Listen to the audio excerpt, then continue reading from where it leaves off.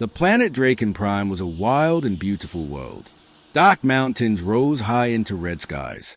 Rivers of lava glowed between black rocks. Deep caves full of shining crystals ran underground. This was the home of the dragons, the oldest and proudest race in the galaxy. Tyrion was their king. He was huge and strong, with deep blue scales that caught the light like water and silver edges that looked like moonlight on snow. His eyes burned with a soft orange fire. On his head he wore a golden crown made long ago by the first dragon kings. When he flew, the wind sang around his wide wings. When he spoke, every dragon listened. For thousands of years, Tyrion ruled from a great obsidian throne at the top of the highest volcano. The throne was black and smooth, carved from stone cooled by ancient fire. From there he could see all his lands. His mate, a gentle dragon named Suar, stayed close to him. She had soft green scales and a kind smile in her eyes. Together they had many hatchlings, small dragons full of play and laughter. The little ones chased each other through the crystal caves and learned to breathe tiny flames that lit the dark holes like stars. Life was good. The dragon people were happy. They flew between planets in great living ships grown from special trees. They traded gems and knowledge with other races. They protected their young with fierce love. Tyrion felt his heart was full. Every evening he and Suar would sit together on a wide ledge and watch the 3 moons rise. Their hatchlings slept curled around them, warm and safe.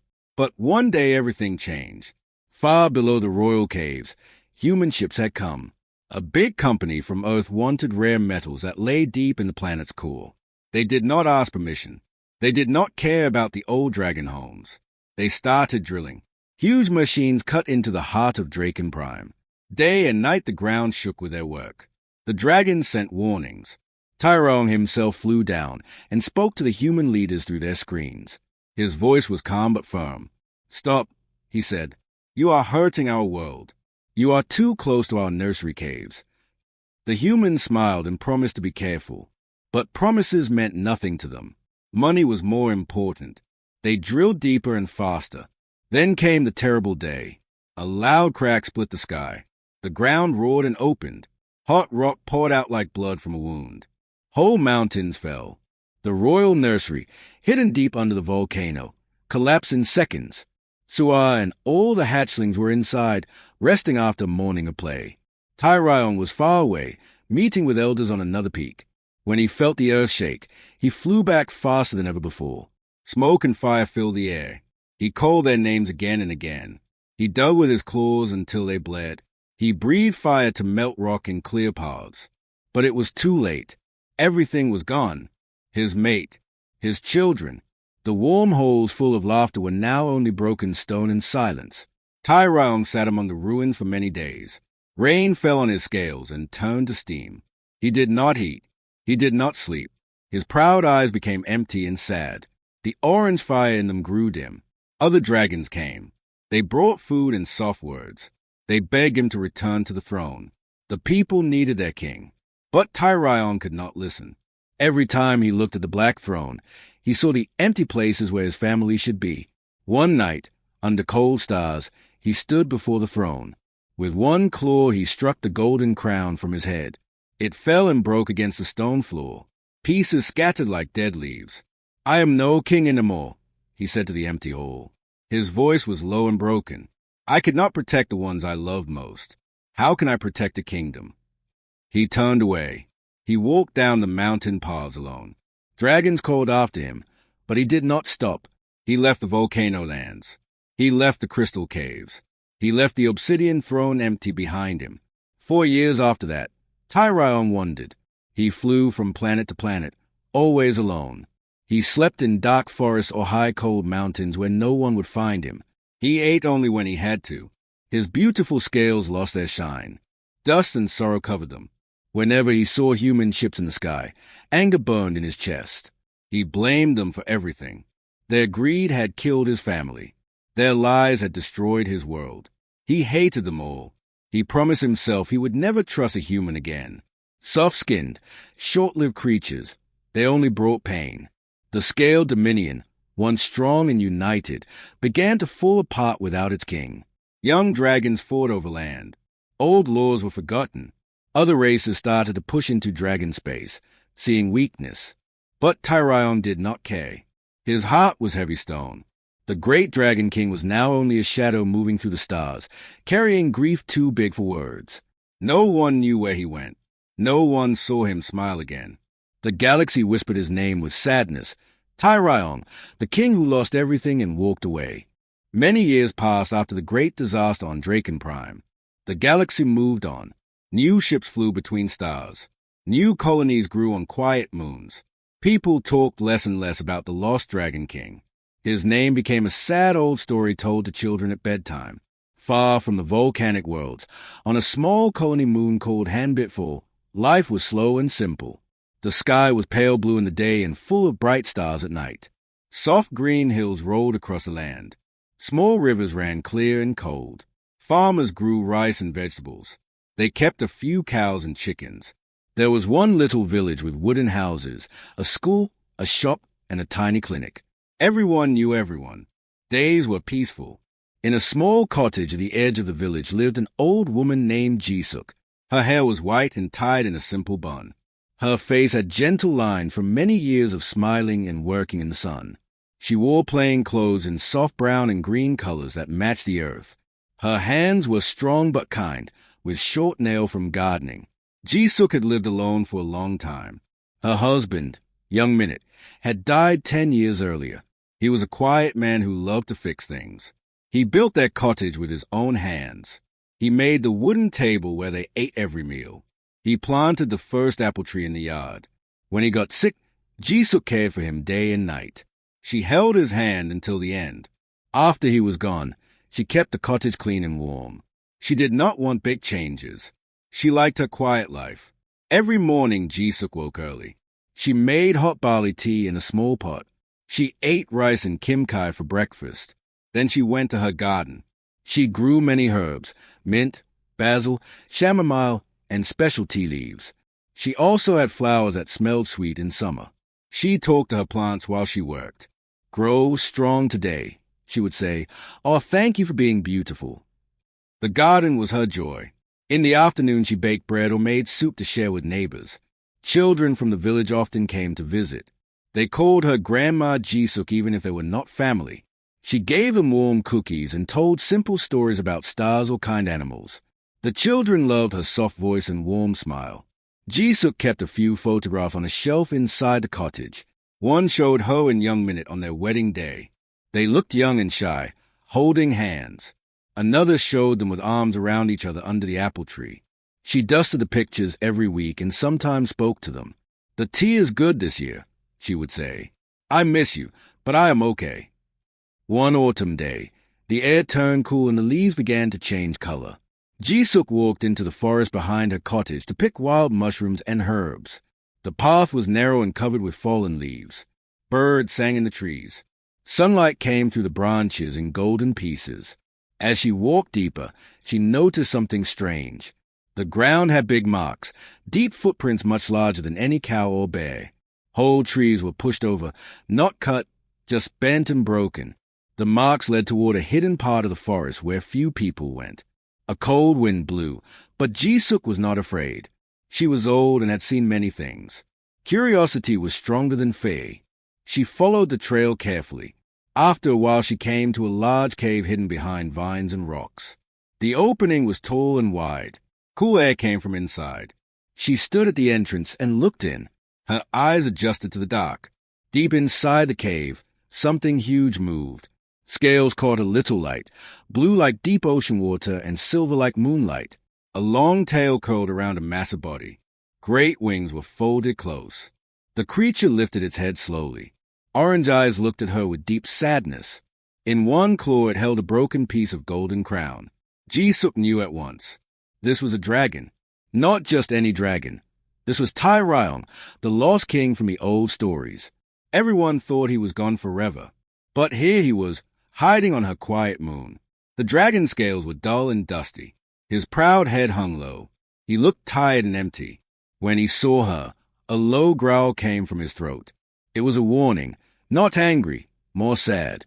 Smoke came from his nose, but no fire. Jisuk did not run. She did not scream. She stood still and looked at him with kind eyes. After a moment, she spoke softly. "You look cold," she said, "and you look like you have not eaten in a long time." The dragon blinked. No one had spoken to him gently in years. People who saw him usually ran or tried to fight.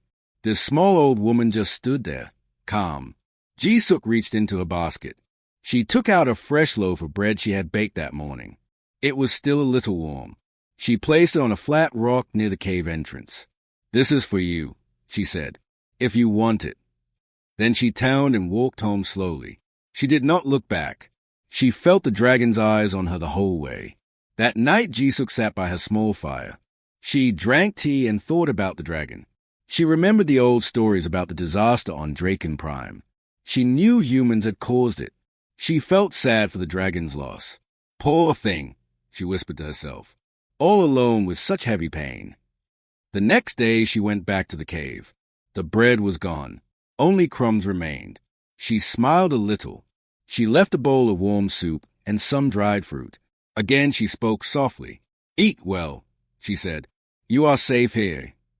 Day after day she did the same. Sometimes she left rice cakes. Sometimes fruit from her tree. Sometimes a soft scarf she knitted from wool. She never went deep into the cave. She always left things near the entrance and spoke a few kind words. Tyrone watched from the shadows. At first he did not understand. Why did this human come? What did she want? But she never asked for anything. She never brought weapons. She only brought food and gentle words. Winter came early that year. Snow began to fall. The forest grew quiet and white. Jisuk still walked to the cave every few days. Her footprints were the only ones in the snow. One very cold evening she carried a large thermos of hot barley tea. Steam rose from it in the frosty air. She set it down with a big bowl she had brought just for him. "Drink this," she said. "It will warm you inside." Then she looked toward the dark cave and spoke again. "My cottage is small, but it is warm. There is a big yard. If you ever want to come closer, you are welcome. I have an extra cup." She turned and walked home through the snow. Her small figure disappeared between the white trees. Inside the cave, Tyrone sat very still. The smell of hot tea filled the cold air. For the first time in many years, something inside his heavy heart moved, just a little. Winter covered Hanbitful in thick white snow. The forest stood quiet under heavy branches. Cold wind blew through the trees every night. Jisuk still walked to the cave with food and warm drinks. Her small footprints were the only marks in the fresh snow. She wore a thick coat and scarf, but her cheeks stayed pink from cold. Each time she came, the things she left were gone by the next visit. The big bowl was always clean. The thermos was empty. Tyrone took what she brought, but he stayed hidden in the dark. He watched her from deep inside the cave. Her kindness confused him. Humans had taken everything from him. Why did this one keep coming back with gentle words and warm food? One evening the snow fell harder than usual. Big flakes floated down like soft feathers. The wind made a low howling sound. Jisuk made a big pot of beef soup with vegetables from her storage. She added rice and wrapped everything in thick cloth to keep it hot. She also filled the large thermos with barley tea. The steam rose high when she opened the lid at home. She walked slowly through the storm. Snow reached her knees in some places. She had to stop and rest twice. When she reached the cave entrance, her coat was white with snow. She brushed it off and set down the food. Steam rose from the bowl in the cold air. Tyrion was closer than usual. She saw his orange eyes glowing faintly in the shadows. His breath made small clouds. Jisuk looked toward him and spoke in her soft voice. "The storm is strong tonight. My cottage is warm. The fire is burning. I have a big table in the yard. It is strong enough for you. Come if you want. You do not have to speak. Just drink something hot." She placed the thermos and bowl on the flat rock. Then she turned and started back through the snow. Her steps were slow. The wind pushed against her. Tyrion watched her small figure disappear into the white storm. Something inside him hurt, but not in the old way. This hurt was different. It was a feeling of being alone for too long. The smell of hot soup and tea filled the cave. His stomach was empty. More than that, his heart felt cold. He waited until her footprints were almost covered by new snow. Then he moved. His large body pushed through the cave opening. Snow fell from the roof as he passed. He spread his wings once to shake off the cold. Then he followed her trail. The walk was not far, but the snow made it hard. His claws sank deep. Cold wind blew against his scales. For the first time in years, he felt the bite of winter. Before, grief had kept him warmer than any fire. He saw the cottage lights ahead. Yellow glow came from the windows. Smoke rose from the chimney in a thin line. The yard was small, but clear of deep snow. Jisuk had shoveled a wide space around a heavy wooden table. The table was old and strong, made from thick trees. Jisuk stood at the open door. She had taken off her coat. She held a lantern. When she saw the huge shape coming through the trees, she did not move back. She only smiled a little. Tai Ryong stopped at the edge of the yard. He lowered his head close to the ground. Snow slid from his back. His orange eyes looked at her. Jisuk stepped forward slowly. She placed the lantern on the table. Then she picked up the thermos and poured hot tea into the large bowl she had left there earlier. Steam rose high. She set out the soup and a big spoon she had made from wood just for him. She sat on a small bench on one side of the table. Tai Ryong stayed standing, but he lowered his front legs and brought his head down to the table level. His long neck curved gently. His face was now close to hers, but not too close. They stayed quiet for a long time. Only the sound of wind and falling snow filled the air. Steam from the tea danced between them. Jisuk sipped from her small cup. Tai Ryong sniffed the big bowl. The smell of barley tea was warm and familiar somehow. He lowered his mouth and drank. The heat spread through his body. It was the first warm thing inside him in many years. When the bowl was empty, Jisuk filled it again without a word. She also pushed the soup closer. Tai Ryong tasted it. The flavor was simple: beef, carrots, onions, salt. But it was good. He ate slowly. Snow kept falling. It covered his back and wings in a soft white layer. Jisuk noticed and stood up. She went inside and came back with a large blanket she had sewn from many old ones. It was big enough to cover part of his shoulders. She placed it gently on him. He did not move away. Time passed. The storm slowed. Stars began to show between clouds. Jisuk spoke for the first time in a long while. Her voice was low and kind. "I know who you are," she said. "I heard the old stories. I am sorry for what happened to your family. It was wrong." Tai Ryong's eyes looked down. He did not speak, but his breath came out in a long sigh. Smoke mixed with steam. Jisuk continued. "My husband is gone too. Not the same way. He was sick, but the house feels empty without him. Some days are harder than others." She looked at the snow on his scales. "You do not have to be alone tonight. Stay as long as you want." Tai Ryong lifted his head a little. He looked at the warm lights in her windows. Then he looked at her face. The lines around her eyes were soft. Her smile was small but real. He drank more tea. The warmth stayed inside him.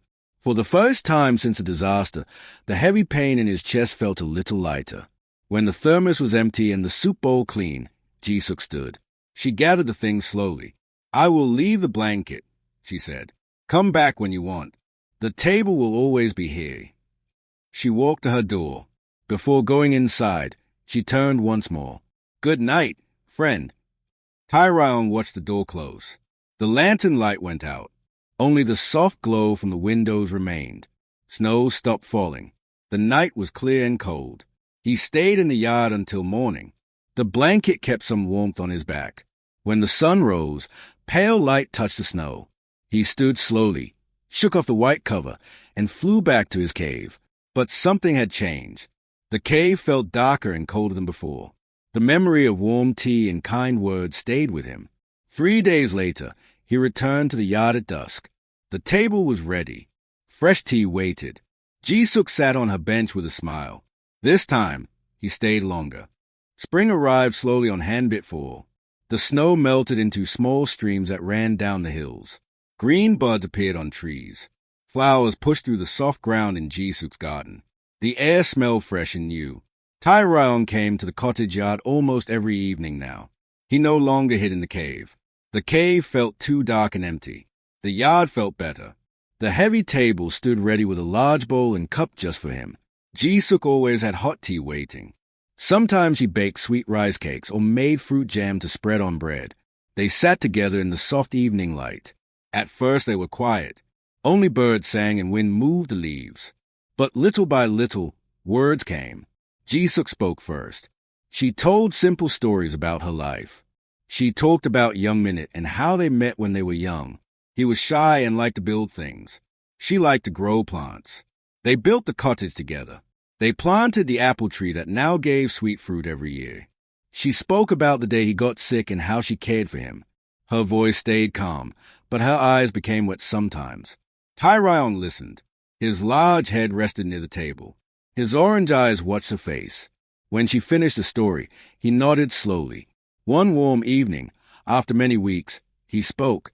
His voice was deep and low, like far thunder. "I had a mate too," he said. "Her name was Suar. Her scales were green like young leaves. She sang to our hatchlings every night." He stopped. The words felt heavy, but Jisuk waited without pushing. She poured more tea. Tyrion continued. He told about the crystal caves filled with light. He told about teaching small dragons to fly. He described their laughter and games. Then he told about the day the ground shook and everything fell. His voice became quieter. Smoke came from his nose, but no fire. Jisuk listened without moving. When he finished, she reached out and touched one of his claws gently. "That is a big pain," she said. "I am sorry."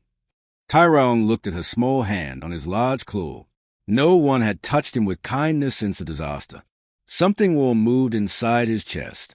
After that night, talking became easier. Each evening they shared more. Jisuk told about village festivals and children playing in summer.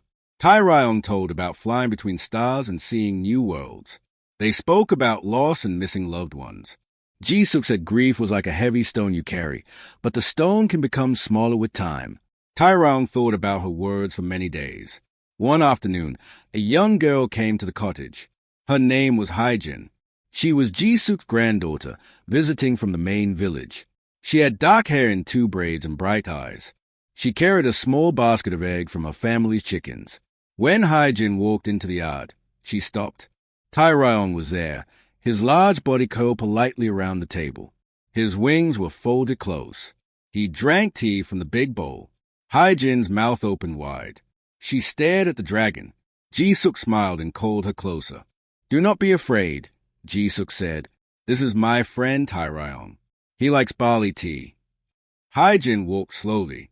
She put the basket on the table. Tyrion lowered his head to her level. His orange eyes looked kind. "Hello," Hyjin said in a small voice. "You are very big." Tyrion nodded.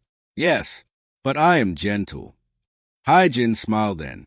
She was not afraid anymore. She sat on the bench next to Jisuk. Jisuk gave her a cup of tea and a rice cake. Tyrion watched the girl eat.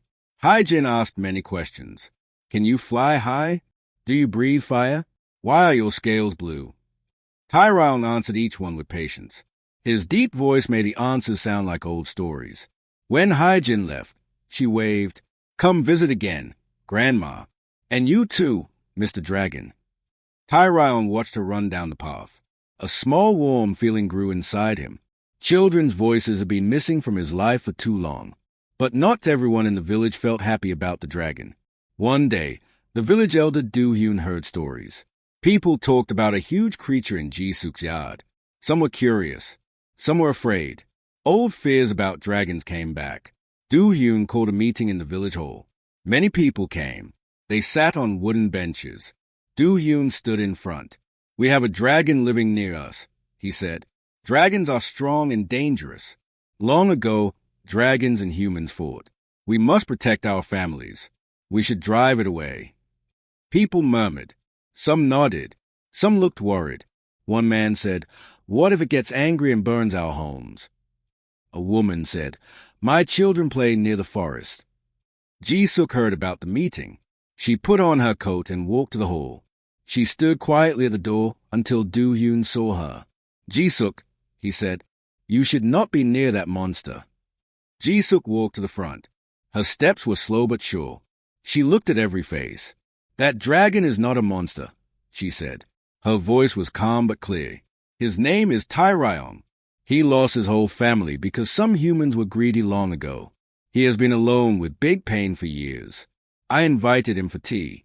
He comes and sits politely. He has never hurt anyone. People listened. No one spoke. Jisuk continued. He drinks tea with me every evening. He listens to my stories. He told me about his lost children. He is kind and sad. If we drive him away, we become the monsters. Do-hyun frowned. But he is huge. He could destroy everything. Jisuk shook her head. Power does not make someone bad. Kindness does not make someone weak. Tyrion has both power and kindness. We should show kindness back. A young mother spoke up. Jin visited yesterday. She said the dragon was nice. She was not afraid. Others nodded slowly. The fear in the room became smaller. Do-hyun thought for a long time. Then he spoke. We will watch and wait. If the dragon stays peaceful, he can stay. Jisuk smiled. Thank you. That evening, Tyrion came as usual. Jisuk told him about the meeting. His eyes looked worried. Will they make me leave? He asked. Jisuk poured tea. No, I spoke for you. They will see you are good. Tyrion looked at the stars coming out. I have no throne anymore, no kingdom. But this small yard and your tea feel like home. Jisuk reached out and touched his claw again.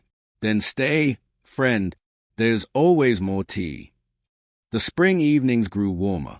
Flowers opened in the garden.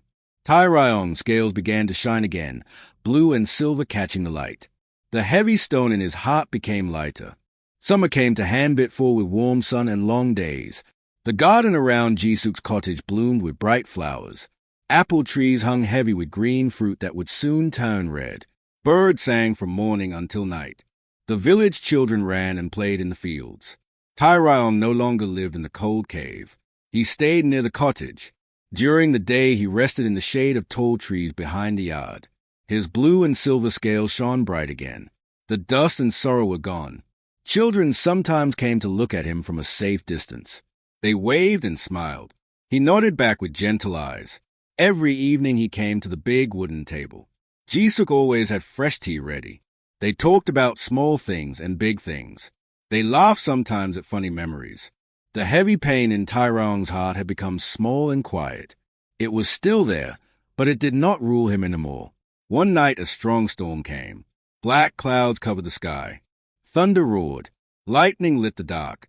Heavy rain fell hard and fast. Wind blew trees almost to the ground. Rivers rose quickly. In the village, roofs leaked. Fences broke. Fields flooded. A big tree fell across the road to the main town. Old bridges shook. The next morning the storm was gone, but damage remained. People walked out to see the mess. Water stood in gardens. Chickens ran loose. Do-hyun called everyone to the village hall again. Faces looked worried. We need to clean and fix, he said. But some work is too big. The fallen trees are heavy. The bridges need strong help. Jisuk sat in the back with Tyrion's story in her mind. She stood and spoke. My friend Tyrion can help. He is very strong. He will not hurt anyone. Some people looked unsure. But Jin stood up too. Mr. Dragon is kind. He let me touch his wing last week. He is good. Do-hyun thought for a moment. Then he nodded. If the dragon wants to help, we welcome it. Jisuk went home and told Tyrion. His orange eyes looked bright. I will help, he said. This place gave me a home. Now I can give back. That day Tyrion flew over the village. People looked up in wonder. He landed near the biggest fallen tree. With his strong claws he lifted it easily. He moved it to the side of the road. Men cut the branches with saws. Tyrion carried heavy logs away. Next he went to the river. The old wooden bridge had broken in the middle.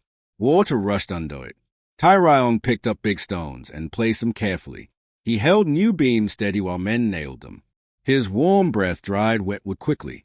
Soon the bridge stood strong again. In the fields he pushed water out with gentle wings. He made wind to dry the mud. Farmers smiled and bowed thanks. Children followed him at a distance. They cheered when he lifted something heavy. Jin ran closer and brought him a drink of cold water. He lowered his head and drank carefully. By evening most work was done. The village looked better. People felt safe again. Do-hyun came to Tyrion. He bowed low. Thank you, he said. You saved us much hard work. You are welcome here always. Tyrion nodded. I am happy to help. That night everyone gathered in the village field. They brought food and drinks. Tables stood under strings of small lights. Music played from an old radio. Children danced. Adults talked and laughed. Jisuk and Tyrong sat at a big table. People brought him a huge bowl of fruit and bread. Children gave him flowers. One boy put a small paper crown on his head and laughed. Tyrong smiled, a real dragon smile with soft smoke. Hyjin sat close and told him stories from school. He listened with kind eyes. Later, when stars came out, Jisuk and Tyrong walked back to the cottage. The air smelled sweet from night flowers. Cricket sang. At the table, Jisuk poured the last tea of the day. Tyrong looked at the small memorial stone in the garden. It was for young Minute. A few flowers grew around it. He stood and walked to a hidden place behind the trees. He came back with something in his claw. It was his old golden crown. He had found the broken pieces long ago and fixed them slowly. Now it shone again. He placed the crown gently on the memorial stone. The gold looked warm in the moonlight. I ruled a big kingdom once, he said quietly. I had power over many worlds, but it did not save my family. Now I see something better. Jisuk looked at the crown on the stone. Her eyes were soft. Tyrion continued. This small place gave me kindness when I had nothing. You gave me tea and a place to sit. The people here gave me trust. I do not need a throne high on a mountain. I want to stay here and protect this garden, this village, and the woman who shared her cup with a broken dragon. Jisuk smiled. Tears came to her eyes, but they were happy tears. She reached out and touched his claw. Then stay, Tyrong, she said. There's always room at my table. There's always more tea. Tyrion lowered his head until it rested near her. His wings folded close. For the first time in many years, he felt peace. Years passed after that. Tyrion became part of Handbit 4. Children grew up telling stories about the kind blue dragon who helped in storms and played gentle games. He carried them on short flights over the hills. He warmed cold houses in winter with careful fire. Farmers asked his help to lift heavy machines. Jisuk grew older. Her steps became slower, but her smile stayed warm. Every evening she made tea. Tyrion sat with her until stars came out. When Jisuk finally passed away peacefully in her sleep, the whole village came to say goodbye. Tyrion stood guard over her cottage. His large body curled around it like a protector. They buried her next to young Minute Stone. The golden crown stayed there, shining between them. Tyrion still lives on Handbit 4. He watches over the village and the garden. Children bring him flowers. Old people tell new ones a story of the heartbroken dragon king who found a new home because one wise widow offered a simple cup of tea. And on quiet evenings, smoke still rises from the cottage chimney. People say if you walk past, you can smell barley tea and hear a low, kind voice speaking to the wind. The galaxy is big and full of wonders, but sometimes the greatest strength is not in fire or wings. It is in a small act of kindness that heals even the largest